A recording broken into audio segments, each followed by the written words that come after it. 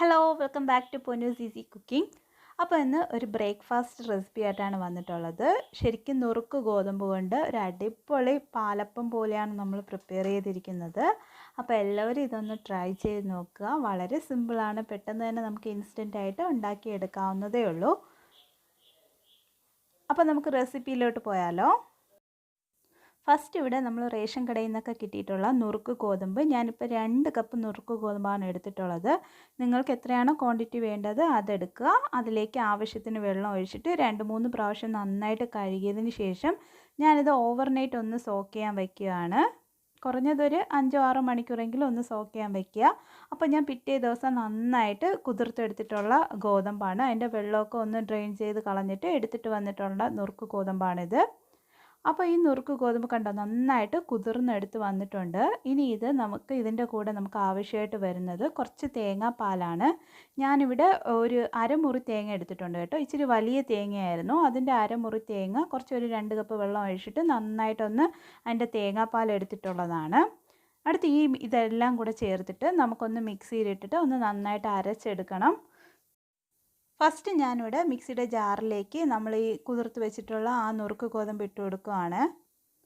അതിൽ ലേശം ചെറുതായിട്ട് കുറച്ച് വെള്ളം ഉണ്ടായിരുന്നു. ജസ്റ്റ് ഒരു 2-3 ടേബിൾ സ്പൂണേ കാണത്തുള്ളൂ. ആ വെള്ളവും കൂടെ ഞാൻ ആ മിക്സിയുടെ ജാറിലേക്ക് ഇട്ട് കൊടുക്കുന്നുണ്ട്.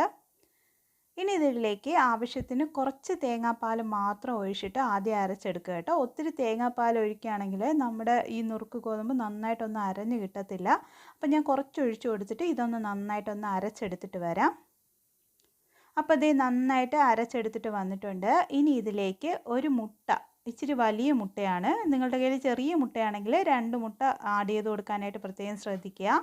അതൊന്ന് പൊട്ടിച്ച് ഇതിലേക്ക് ഇട്ട് കൊടുത്തിട്ട് വീണ്ടും ഒന്നുകൂടെ ഞാൻ ജസ്റ്റ് ഒന്ന് കറക്കി എടുത്തിട്ട് വരാം, 2 സെക്കൻഡ്. അപ്പോൾ ദേ നന്നായിട്ട് കറക്കി എടുത്തിട്ട് വന്നിട്ടുണ്ട്. ഇനി ഇത് നമ്മൾ ഒരു ബൗളിലേക്ക് പകർന്നു കൊടുക്കുകയാണ്. ഇതിപ്പോൾ നല്ല കുറച്ച് തിക്കായിട്ടാണ് ഈ ഒരു കൺസിസ്റ്റൻസി ഇരിക്കുന്നത്. നിങ്ങൾക്ക് വേണമെങ്കിൽ ഈ തേങ്ങാപ്പാലിന് പകരം തേങ്ങ തന്നെ ഡയറക്റ്റായിട്ട് അരച്ച് ചേർക്കാവുന്നതേ ഉള്ളൂ.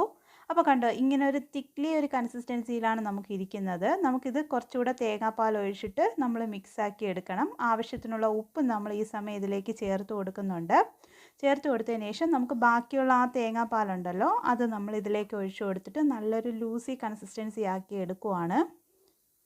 കണ്ടോ ഈ ഒരു കൺസിസ്റ്റൻസി, അതായത് നമ്മുടെ തവി മുക്കി എടുക്കുമ്പോഴേക്കും തവിയിൽ ലേശമേ ഒന്ന് പറ്റിപ്പിടിച്ചിരിക്കാൻ പാടുള്ളൂ. അടുത്ത് നമ്മൾ പാൻ എടുത്ത് അടുപ്പത്തേക്ക് വെക്കുക. അതിലേക്ക് ഓയിൽ സ്പ്രെഡ് ചെയ്ത് കൊടുത്തതിന് ശേഷം ഒരു ടിഷ്യൂ പേപ്പർ ഇട്ടിട്ട് ഒന്ന് തുടച്ചു കൊടുക്കുക കേട്ടോ. തുടച്ചു കൊടുത്തതിന് ശേഷം മാവ് നന്നായിട്ടൊന്ന് മിക്സാക്കി കൊടുക്കണം. കാരണം നമ്മളതിൽ വാട്ടർ കണ്ടൻറ്റ് കൂടുതലാണ്. അതുകൊണ്ട് നന്നായിട്ട് മിക്സാക്കിയതിന് ശേഷം ദേ ഇങ്ങനെ ഒഴിച്ചു കൊടുക്കുക. ഫ്ലെയിം വന്നിട്ട് എപ്പോഴും മീഡിയമിൽ ഇട്ട് കൊടുത്താൽ മതി. പാന് ചൂടായതിന് ശേഷം മാത്രമേ നമ്മൾ അതിലേക്ക് മാവ് ഒഴിച്ചതിന് ശേഷം ഇങ്ങനെ ഒന്ന് ചുറ്റിച്ചു കൊടുക്കാൻ പാടുള്ളൂ.